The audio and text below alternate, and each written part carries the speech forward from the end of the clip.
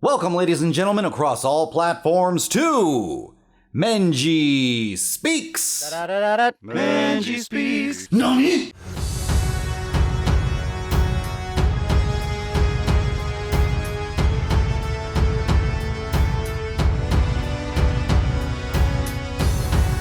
Alright, my last anime video may have left some of you scratching your heads.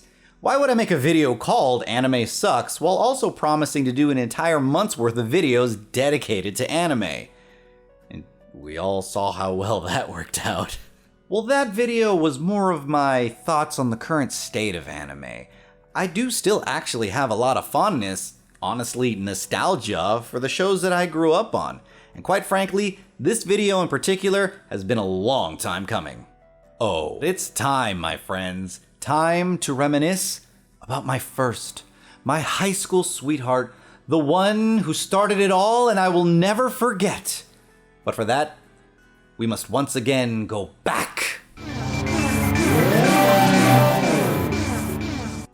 To 1992.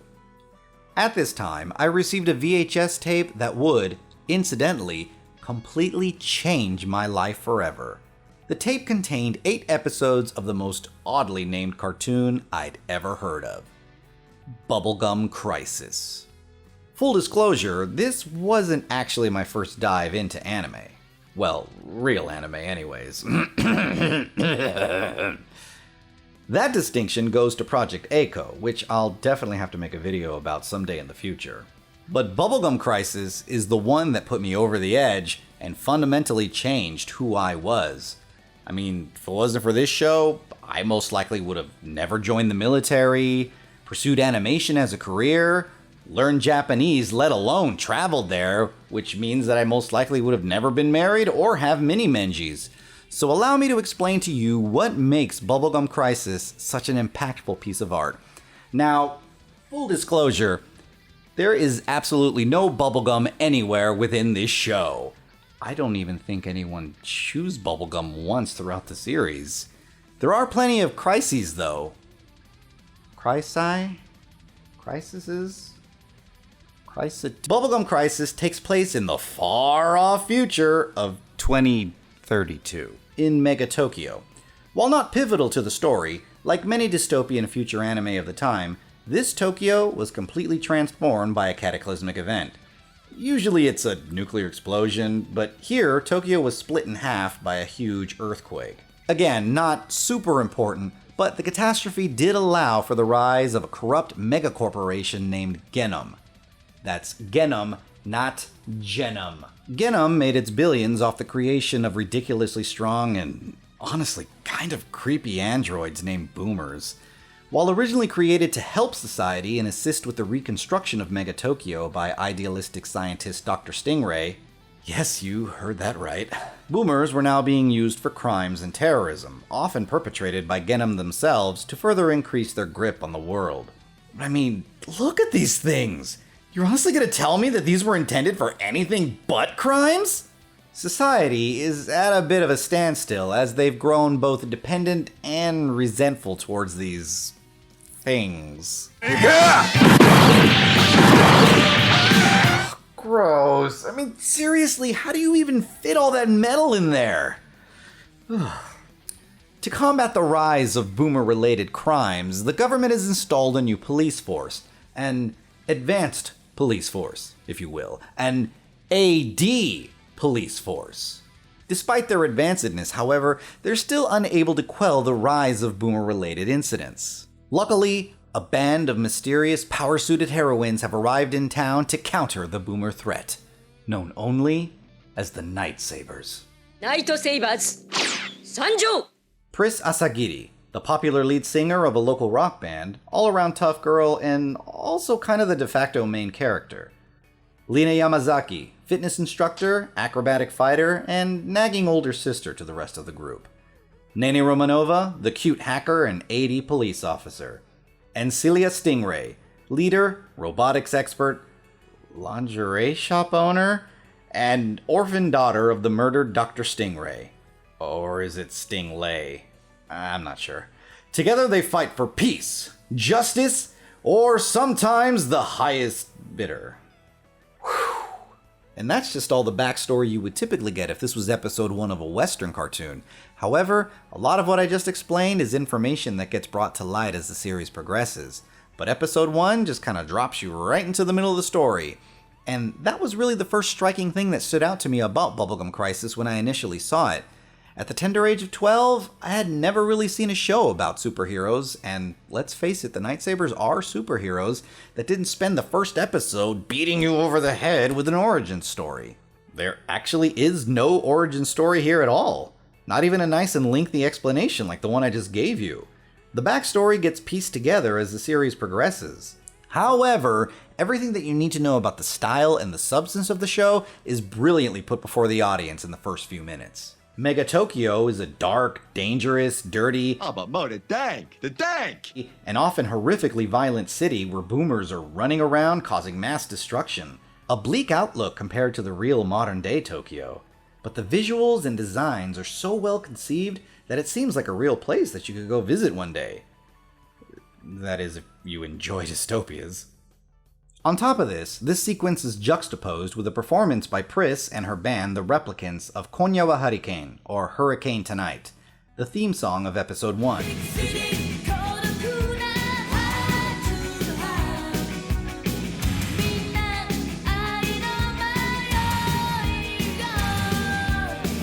Which introduces the other major aspect of this show, music. Music plays a huge part in Bubblegum Crisis, and just about every episode has at least one distinct song to set the episode's tone, and just about all of them are memorable enough that I still bump them to this day.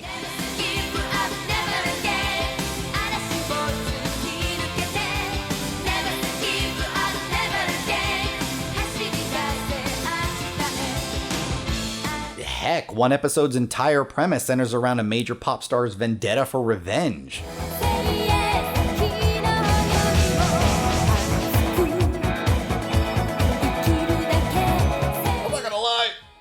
These songs can still get me pretty teary-eyed within the first few notes. Next scene! The story arc follows the Nightsabers' constant clashes with Genom and their goons, and how the current state of the world affects their relationships and society as a whole.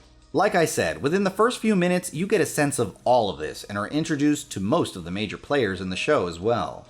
Along with the Nightsabers, there are a few supporting characters also to round out the world. Leon McNichol, the one-sided love interest of Pris, and his partner Daly Wong, both 80 police officers trying to do the right thing despite the limitations and bureaucracy of the department. Mackie, Celia's younger brother, who's basically their guy in the chair, and Quincy, the smoking a cigar in the shadows, morally corrupt CEO of Genom. With the exception of Quincy, who's your fairly standard evil corporation man, all of the characters and even the supporting cast are very strong and very enjoyable to watch. Bubblegum Crisis also introduces one of my most favorite villains of all time, Largo. An egotistical, super powerful being whose cocky demeanor and near limitless power made him the ultimate bad guy that I love to hate. Another distinction from Western superhero shows of the time is that despite their awesome power suits, hard suits, the Nightsabers constantly find themselves on the back foot, often not being able to save everyone they want despite their best efforts, usually with fatal consequences. Again, a stark departure from the likes of Ninja Turtles. Sometimes they even have to take the bus. Their struggle was real, and therefore their lives seemed real, even to the point where dealing with the balancing act of alter egos meant that they couldn't all just conveniently show up at every battle. Nene in particular often found herself as the guy in the chair because she couldn't always just sneak out of work without somebody noticing. No conveniently placed secret tubes that absolutely nobody notices here. Bubblegum Crisis began in 1987 as a collaboration between Japanese production house Umix and animation houses Artmic and AIC. It was released as an OAV series, which stands for Only Available on Video, or OVA, which stands for Original Video Animation. Take your pick. Long before the days of streaming, this was common practice in Japan. Shows with a higher budget, or too hot for TV, would often be released straight to video for rental. Think Mr. Peanut Butter's Blockbuster Video exclusive TV show. They make the whole season and put it on 6 DVDs. Right. Then people go to their local Blockbuster Video and rent it out 1 disc at a time for 5 days each. What if You could technically buy them as well, but the price of media in Japan is unreasonably expensive, so most people would just rent them and make copies.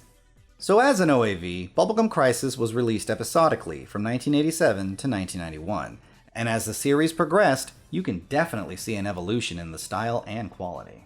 Bubblegum Crisis also has the rare distinction of being one of the few anime series not based on a manga comic, which I think explains why the story is so good.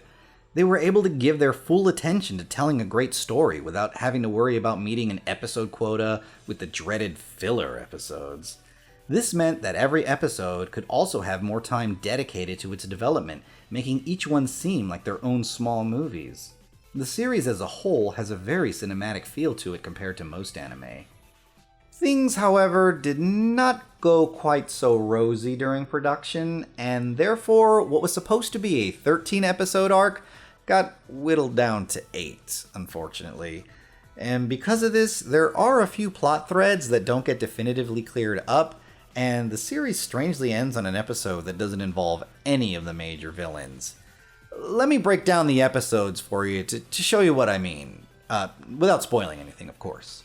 Episode 1, Tinsel City, as I said, drops us into a world where boomers and 80 police are constantly clashing on the streets, and the Night Sabers are doing their best to help. The Night Sabers are contracted by the military to rescue a little girl named Cynthia from some kidnappers.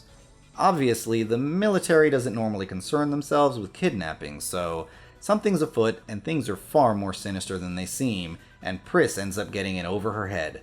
This is the longest episode in the series and has hands down the most memorable opening sequence. Episode 2, Born to Kill, focuses on Lena as she befriends a girl from her gym whose boyfriend was recently murdered by Genom to silence him. Meanwhile, a high-level executive in Genom named Brian J. Mason is trying to develop a super boomer that is stronger and even more destructive than previous versions. God, I don't know why. Lena has to protect her new friend who's now being hunted down herself, and Pris gets in over her head. Episode 3, Blow Up, first off, has 2 of my most favorite songs from the series, Asue Touchdown, or Touchdown to Tomorrow, and Victory.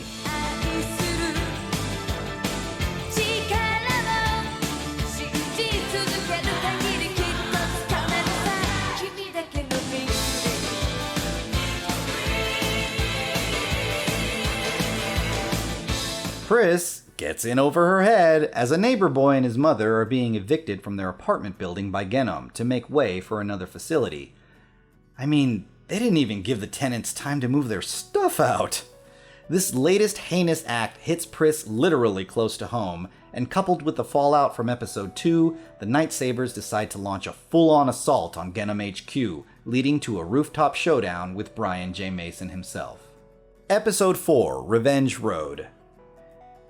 Episode 4. It's a story about revenge. There's lots of roads.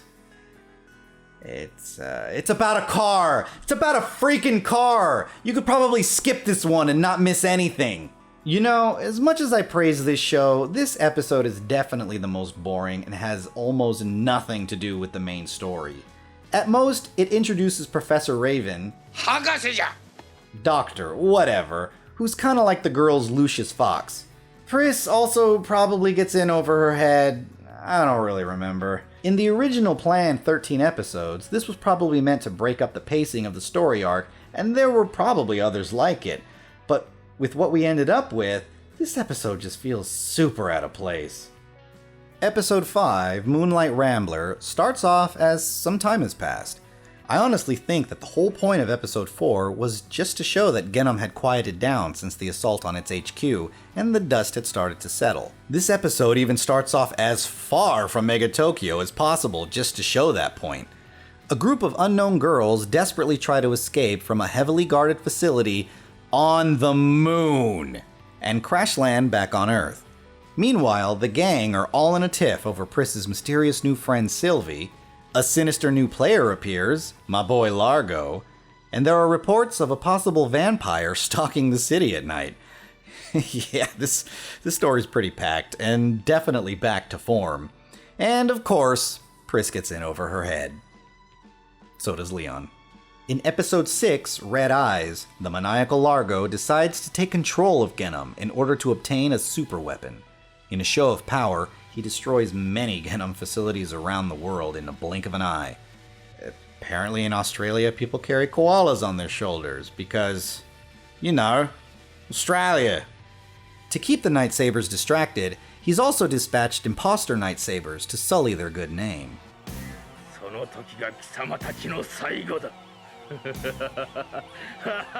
Pris gets in over her head in a battle with Largo, but it seems like it's actually Celia who shares a strange connection with the madman. Episode 7, Double Vision introduces us to pop sensation Vision, who is currently playing a tour in Megatokyo. As the title suggests, though, Vision has a second intention for visiting Japan, as she is also planning on assassinating Genom High Brass for atrocities her family has suffered. Meanwhile, the Night Sabers go undercover in an attempt to gain information from the same target. While this is a much more Lena-centric episode, Pris does get in over her head. Episode 8, Scoop Chase, begins right off as Pris gets in over her head, smashing the camera of a novice reporter who's trying to grab pictures of them, setting off a wacky turn of events where Nene is forced to chaperone this girl who is now trying to expose them. Nene must now balance her duties of watching this kid while not exposing herself as a Night Saber. Meanwhile, a disgruntled Genom scientist is creating boomers specifically for the purpose of fighting and defeating the Night Sabers. 80 Police Headquarters is under siege as Nene and her new friend are trapped inside. And that's the entire run of the series. Despite its short length, Bubblegum Crisis was a monumental success and went on to inspire creators for years to come. It also introduced a lot of early anime tropes that I had never seen before, including something you saw a lot of in the 90s and early 2000s. Characters from the show singing original pop songs.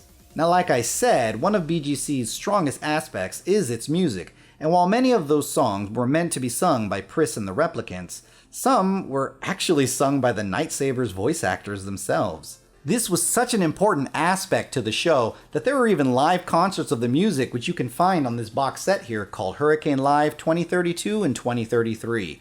Though I can't vouch for the popularity of these shows, it's no secret that VO actors in Japan enjoy a level of fame that's only known to screen actors in the West.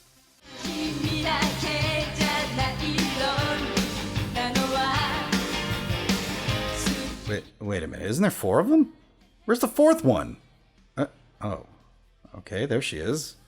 Also, while I did say that there wasn't any real backstory given as to why the Night Sabers started or came together or anything like that, there is a completely originally animated video for Touchdown to Tomorrow that cuts between these interstitials that at first look like they're just some in-world movie starring the girls, but watching it now, I think it's actually an explanation of how Celia ended up recruiting everybody. It's kind of interesting from a lore perspective. As I said before, Scoop Chase is the last episode, but watching it now, it's very clear that this wasn't meant to be. None of the big bads return. Heck, Quincy isn't even in it. It's a great episode to be sure, and it's nice to see Nene get some love, but it does leave you feeling a little empty as there are no real resolutions or even comeuppances for Genom. Heck, the Night Sabers even get some new upgraded suits. However, the studio had already known this to be the end, as the theme song is appropriately named Bye Bye My Crisis. Bye bye my crisis.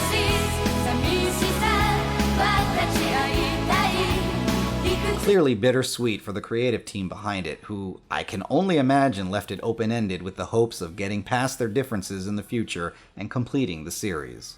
Due to its massive popularity, though, Bubblegum Crisis did move on to manga eventually, telling more stories, and even garnered 2 spin-off series which were popular in their own right, 80 Police Files and Parasite Dolls, neither of which involved the Night Sabers, however. And though despite my dreams that one day this show would get made into a side-scroller beat-em-up a la Ninja Turtles, that never came to pass, and only 2 Bubblegum Crisis games exist. One on the Japanese TurboGrafx 16, which is more akin to a text-based adventure. and another on the PC-88? Whatever that is. Aside from this, a reboot of Bubblegum Crisis was actually created for television in 1998. However, this show was not at all successful and met with a lot of backlash from fans for not only the storyline changes, but also the drastic character design changes. You can tell it's a late 90s anime too, because all the girls are far more sexualized. Apparently, this caused the creators to retcon it, making it not so much a reboot anymore, but more like an Elseworld type story, and bring back the main canon, at least in manga form anyways. And then in 2009, there was a live action movie announced, but as of now, 2019, neither hide nor hair. Alright, I've been burying this deep enough. You must be asking yourself, how can such a popular piece of pop culture not have garnered a sequel at all? Well, despite Artmix and Umix not being able to get over whatever differences they had about the show, that didn't stop Artmix from deciding to go out and make their own sequel of this beloved franchise. And so, in 1991, they released the first episode of the show's sequel, Bubblegum Crash. How does this 3-episode OAV stack up against its predecessor? Well, I think I'll save that for next episode. Until then, never say give up, never again, keep on running and jumping.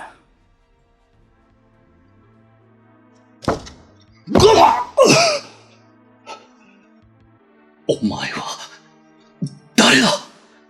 俺は俺はお前の歴史だ。俺はお前の昔は。俺はお前の格好だ。そんなバカな。